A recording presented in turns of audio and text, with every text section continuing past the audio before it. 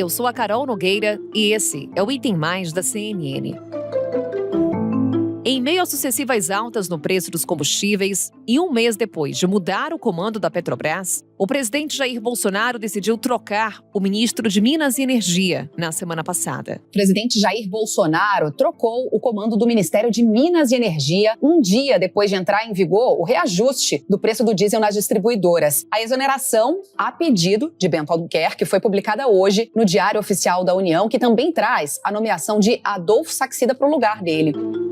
Ex-secretário de Política Econômica do Ministério da Economia e chefe da Assessoria Especial de Assuntos Estratégicos da pasta, Adolfo Saxida deixou clara a sua prioridade ao assumir o Ministério de Minas e Energia. Ainda como parte do meu primeiro ato, solicito também o início dos estudos tendentes à proposição das alterações legislativas necessárias à desestatização da Petrobras. Medidas estruturais pelo lado da oferta irão estimular o investimento privado, atrair o capital internacional e ajudar a colocar o Brasil definitivamente no caminho da prosperidade, com taxas de crescimento de longo prazo sustentáveis.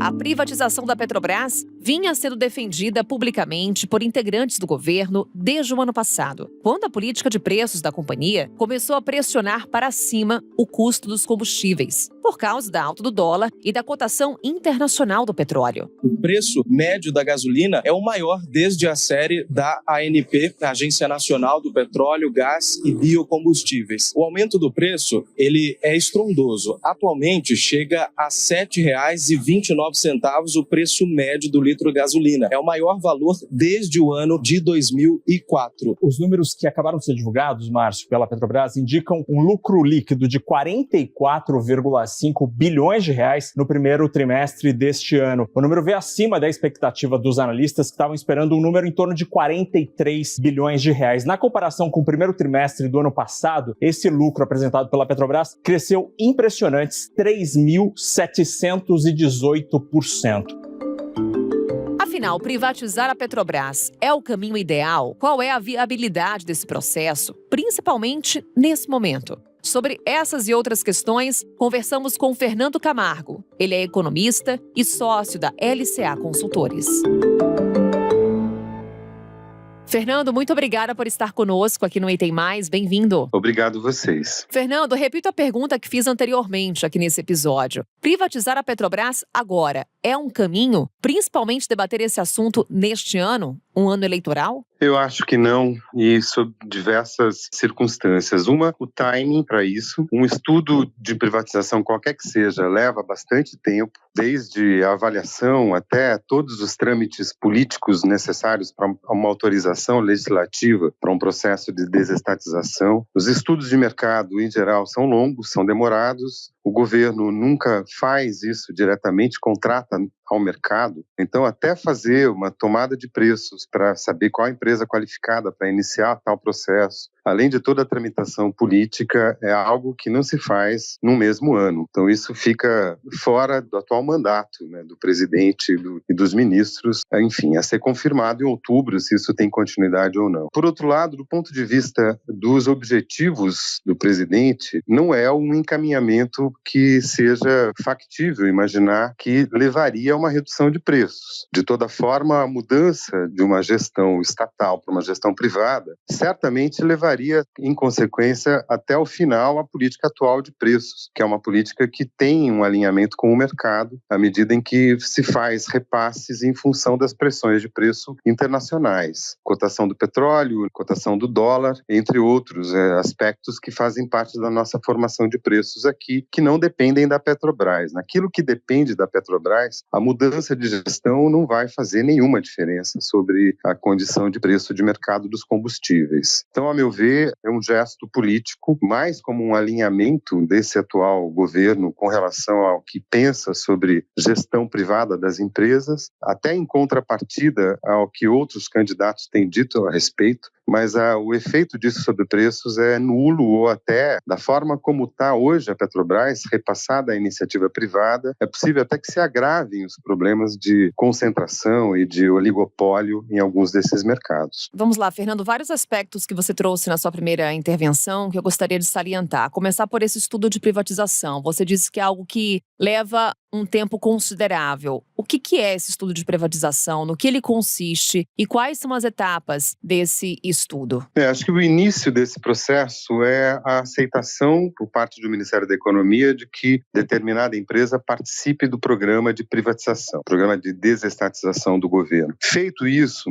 o encaminhamento padrão tem sido via BNDES organizar o projeto de desestatização. Normalmente o BNDES contrata no mercado uma consultoria, uma empresa que vai fazer as avaliações, vai levantar o valor da empresa, vai levantar por fluxo de caixa, um valuation da empresa para que tenha uma base para ir a mercado. A partir dessa base, os proponentes, os potenciais compradores vão fazer os seus preços e vão ter que dar um preço melhor do que o preço sugerido por esses estudos. Então esse é um processo básico. No caso da Petrobras, uma avaliação de todos os passivos e todo o balanço da companhia para saber se tem passivos ambientais, passivos trabalhistas, qual é a dificuldade de uma mudança de gestão de uma estatal para uma privada, do ponto de vista de quem assume uma empresa como essa, com tamanha relevância, o que é exatamente que vai ser assumido, do ponto de vista dos ativos, dos passivos e de toda a complicação de uma mudança desse porte. No caso da Petrobras, acho que tem ainda questões importantes, que é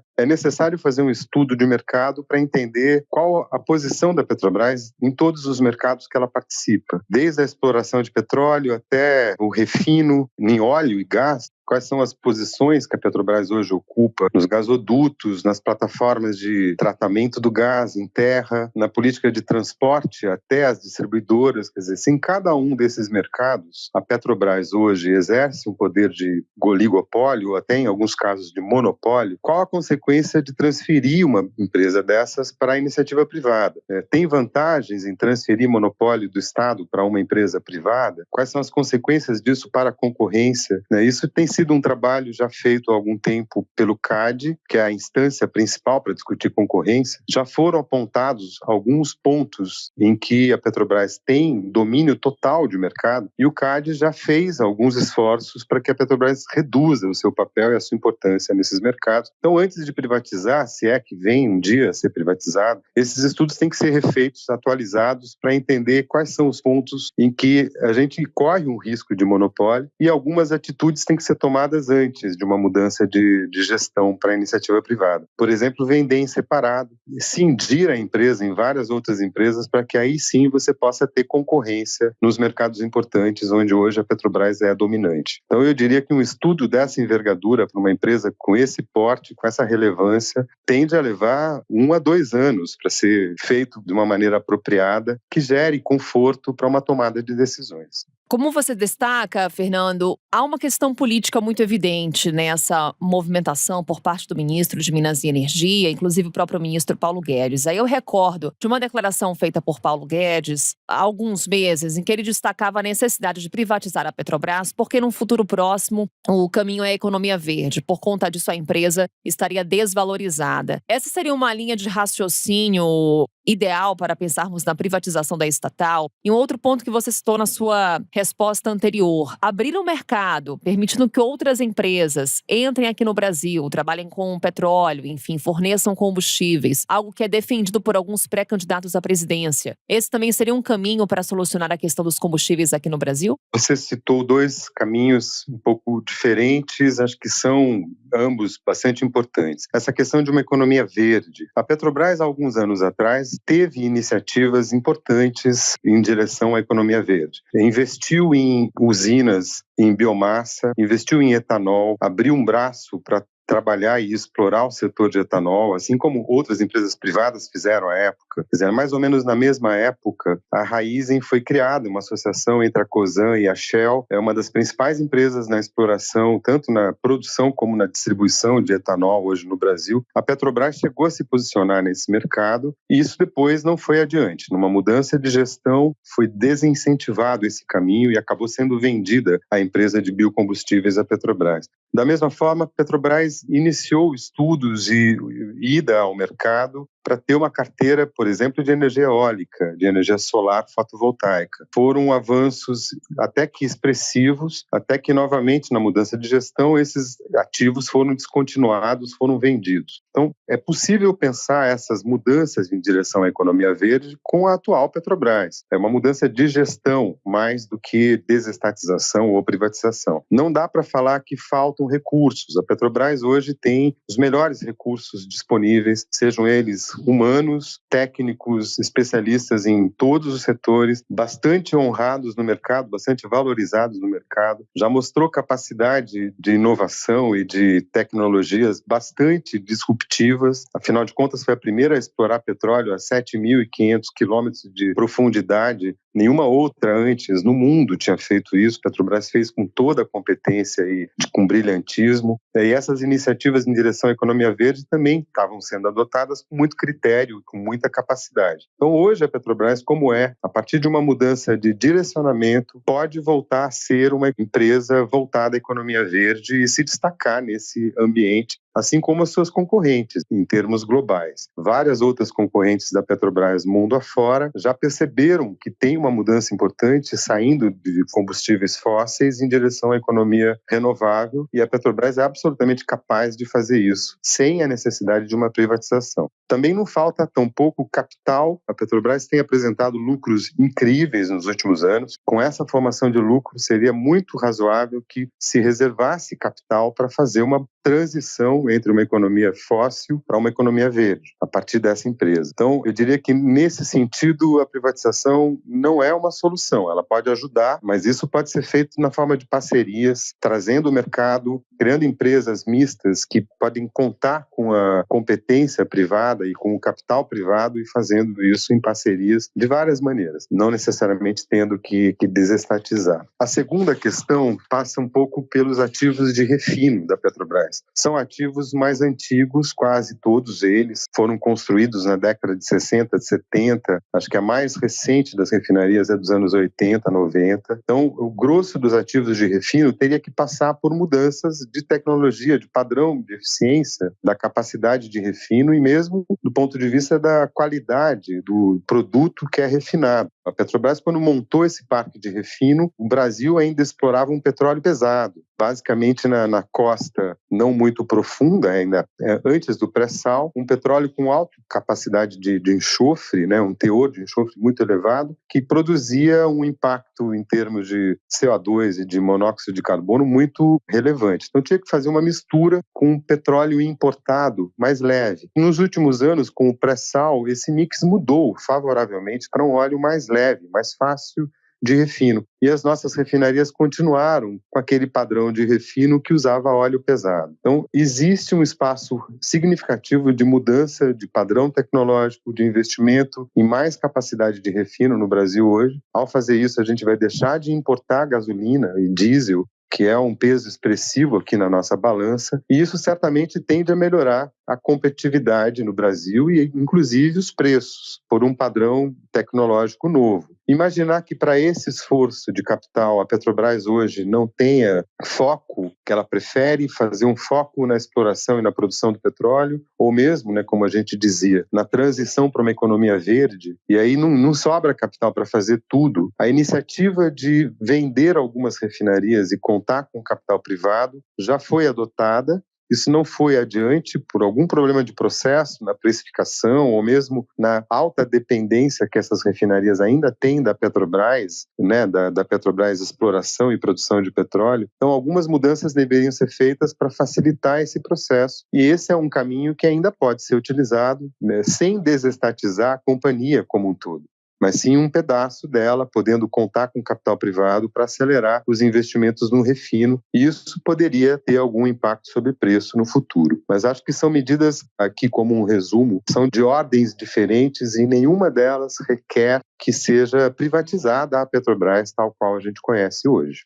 Fernando, falamos bastante aqui sobre o preço dos combustíveis, que é o que está por trás dessa questão da privatização da Petrobras. Por que a política de preços da estatal funciona dessa forma? O que a história recente, inclusive, nos ensina com relação ao mecanismo que é adotado hoje pela Petrobras?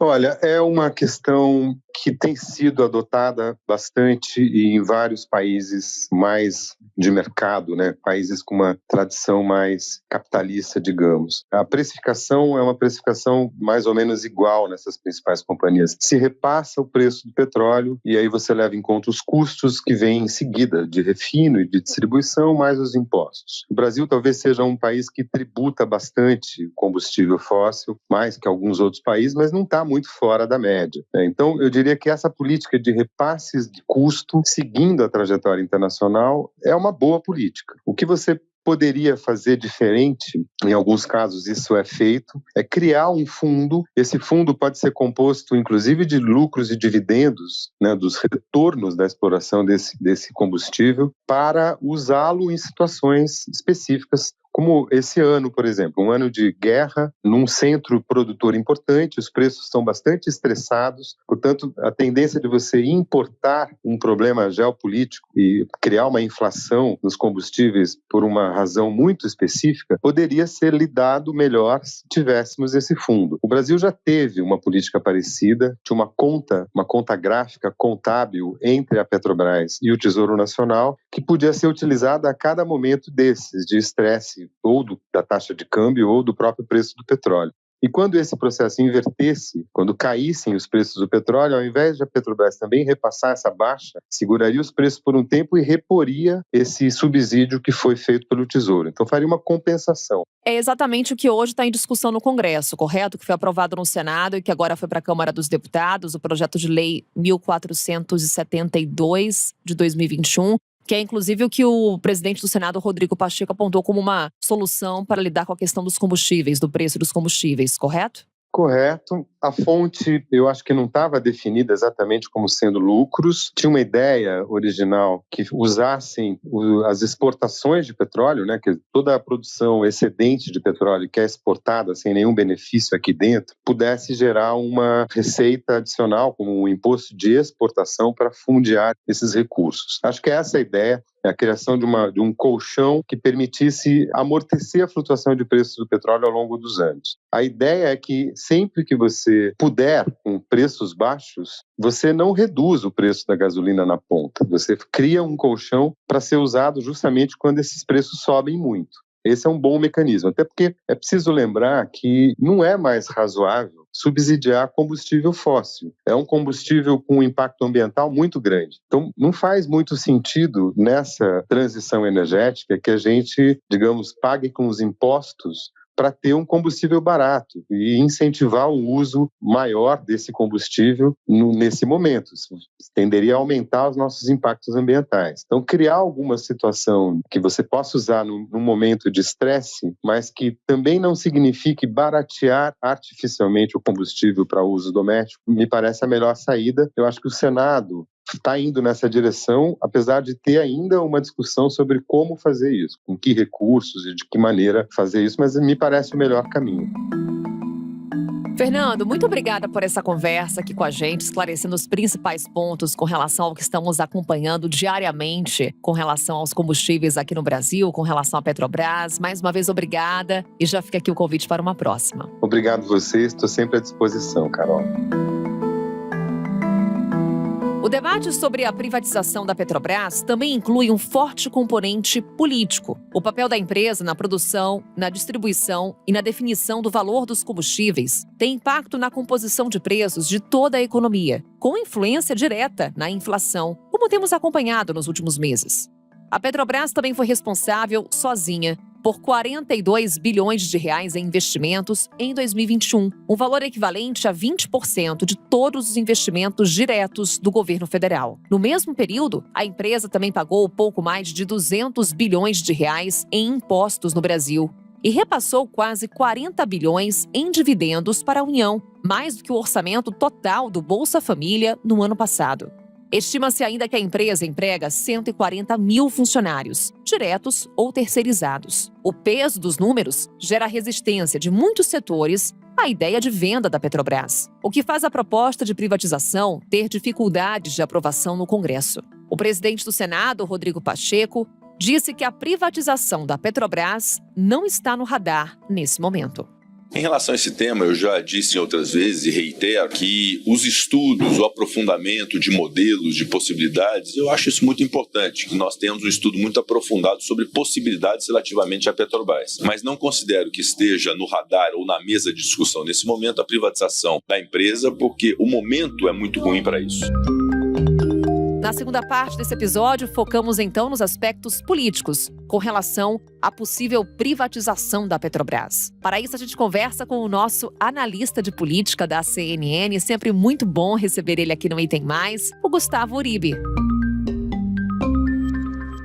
Uribe, há tempos que a gente não se falava aqui no Item Mais, vamos matar saudades hoje. Bem-vindo. Eu já estava com saudade, Carol. É sempre uma honra fazer parte do Item Mais. A gente que fica muito agradecido, Uribe, porque além da informação, o Uribe traz bastidores, explica tudo pra gente detalhadamente. E agora, olhares estão focados na Petrobras. Uribe, a gente está acompanhando agora o envio de um estudo para a privatização da estatal. Vimos esse primeiro movimento por parte do novo ministro de Minas e Energia. A questão é, o próprio presidente do Senado já colocou, privatização da Petrobras não está no radar. Há pouco a gente ouviu aqui um economista no Item Mais, em que ele destacava para a gente exatamente isso, que privatizar a Petrobras é algo que leva tempo. Ou seja, não sai esse ano, não sai até outubro. O Congresso está voltado também para as eleições. É o que você também tem ouvido aí? Qual que é a chance do Legislativo viabilizar a privatização da Petrobras esse ano? E tendo em vista que é um ano eleitoral. Carol,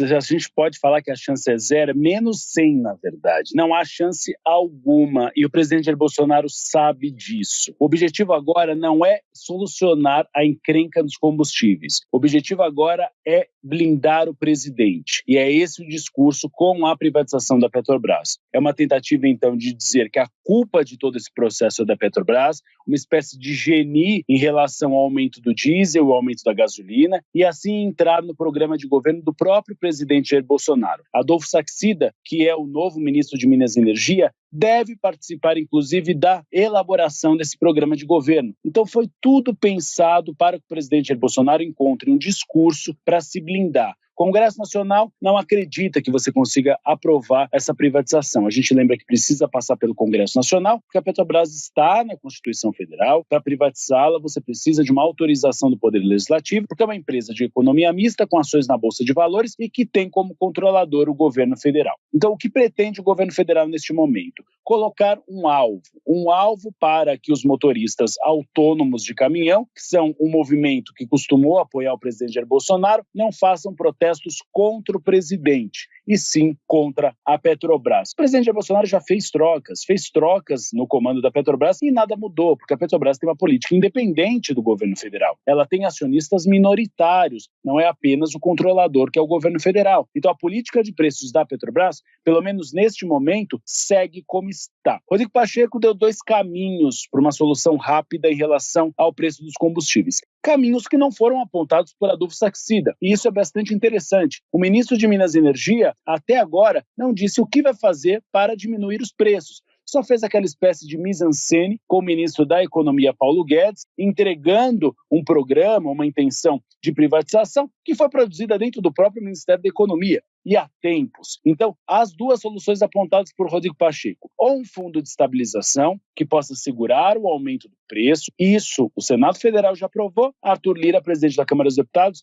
disse que não há muita pressa em relação a isso. Ou uma política de subsídios. Adolfo Saxida, no passado, já disse que uma política de subsídios pode, em um curto prazo, resolver o problema dos combustíveis. Mas em um longo prazo, é um processo custoso que não tem muito êxito. Esta política de subsídios enfrenta a resistência de Paulo Guedes, ministro da Economia, que é o padrinho da indicação de Adolfo Saxida. Então a chance de sair é muito pequena também. Uribe, mas por parte do Congresso, o Rodrigo Pacheco citou esses 2 projetos, inclusive definindo ali aquele fundo de estabilização de preços, algo que já foi aprovado pelo Senado. E naquele momento, quando ele defende esses projetos, principalmente esse em específico, ele pediu uma urgência por parte da Câmara para analisar essa questão. Quais são as chances da Câmara votar logo esse projeto, Uribe? A solução para o preço dos combustíveis pode partir do Legislativo e não do Executivo, então? Cara, de todos os caminhos apontados até agora, o menos difícil, a gente pode falar nesses termos, é esse projeto, porque ele já passou no Senado Federal. Arthur Lira estava agora no exterior, ele retorna. Nesse retorno, há uma expectativa de que Rodrigo Pacheco converse com ele. E aí você precisa de uma conversa também com o governo federal. O ex-ministro Bento Albuquerque era favorável a esse colchão estabilizador. Adolfo Saxida já se posicionou também a favor no passado. Paulo Guedes tem um pouco de resistência. Por quê? Porque esses recursos seriam advindos dos dividendos da Petrobras, dos lucros da Petrobras. Aumentaram muito os lucros da empresa porque o preço do barril de petróleo cresceu bastante. Então a empresa acabou tendo lucros estratosféricos, mais de 40 bilhões no primeiro trimestre. A questão é que você depende também de outros recursos. Quando a gente fala de tirar lucros da Petrobras, parte deles vão para o Tesouro Nacional, para a União. Só que o orçamento é como um cobertor. Se você puxa de um lado, você descobre de outro. Então, retirar recursos do que iriam para o Tesouro Nacional para um fundo estabilizador, você está deixando de investir em outras áreas. Essa é a grande equação que o governo federal terá de ter. E o ministro Paulo Guedes terá de achar uma solução, porque ele terá de abrir mão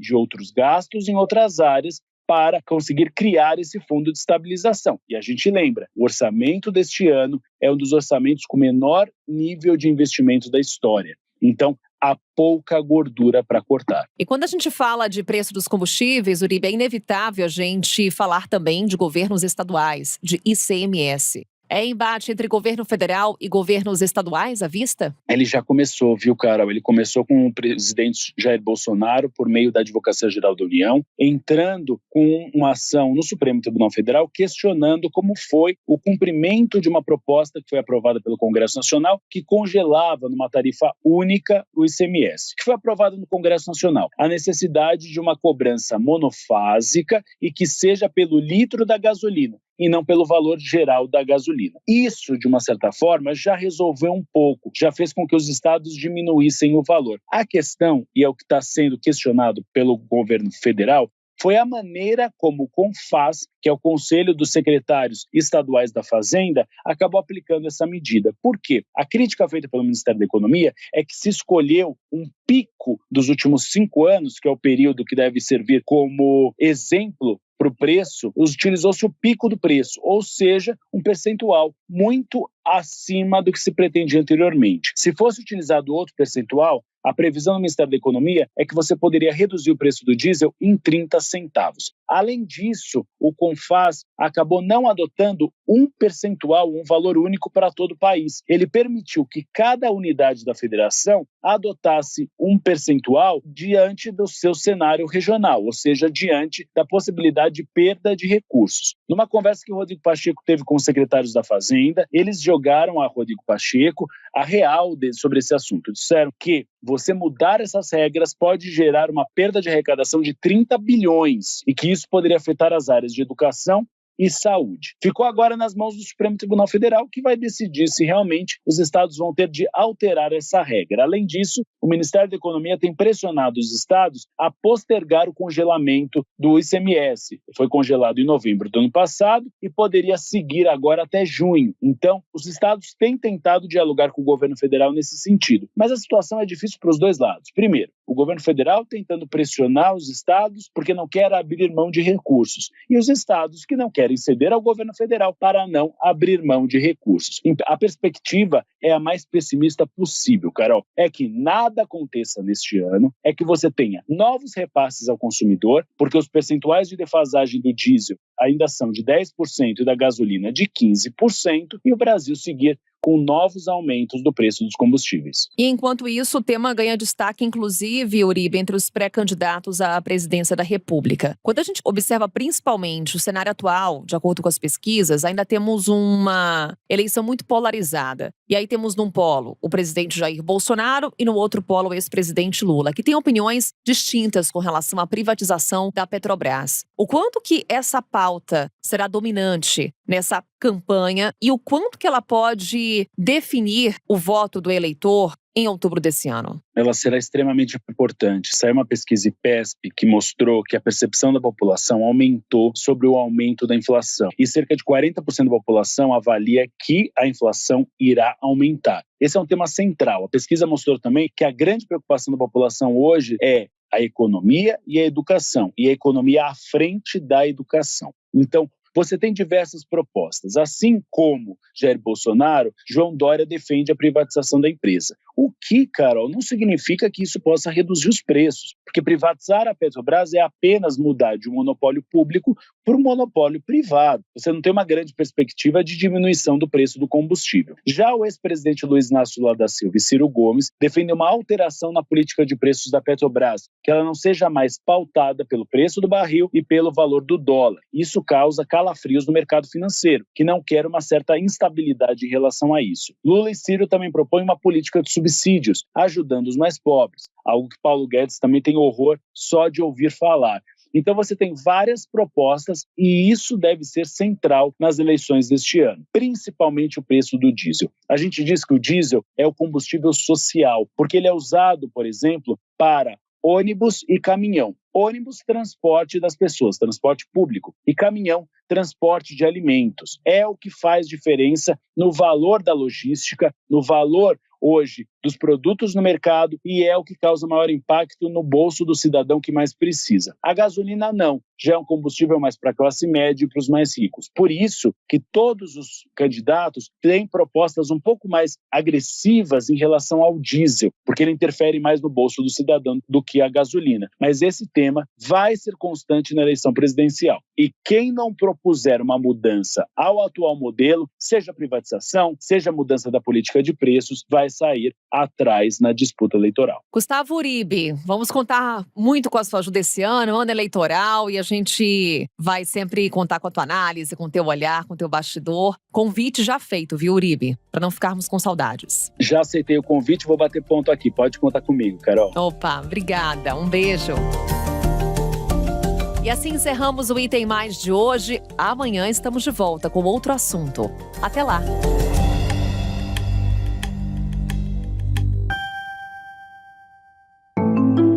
Com a minha apresentação, Carol Nogueira, este podcast foi produzido pela Maremoto para a CNN Brasil. Roteiro e pesquisa, Lucas Scherer. Pauta e produção, Danilo Santana. Edição e sonorização, Murilo Lourenço. Coordenação geral, Paula Weinberg e Felipe Gomes. Coordenação de produto, Verônica Schneider. Coordenação editorial, Diego Toledo. Você também pode ouvir o Item Mais no site da CNN Brasil. E aproveite para conhecer os nossos outros programas em áudio. Acesse cnnbrasil.com.br/podcasts.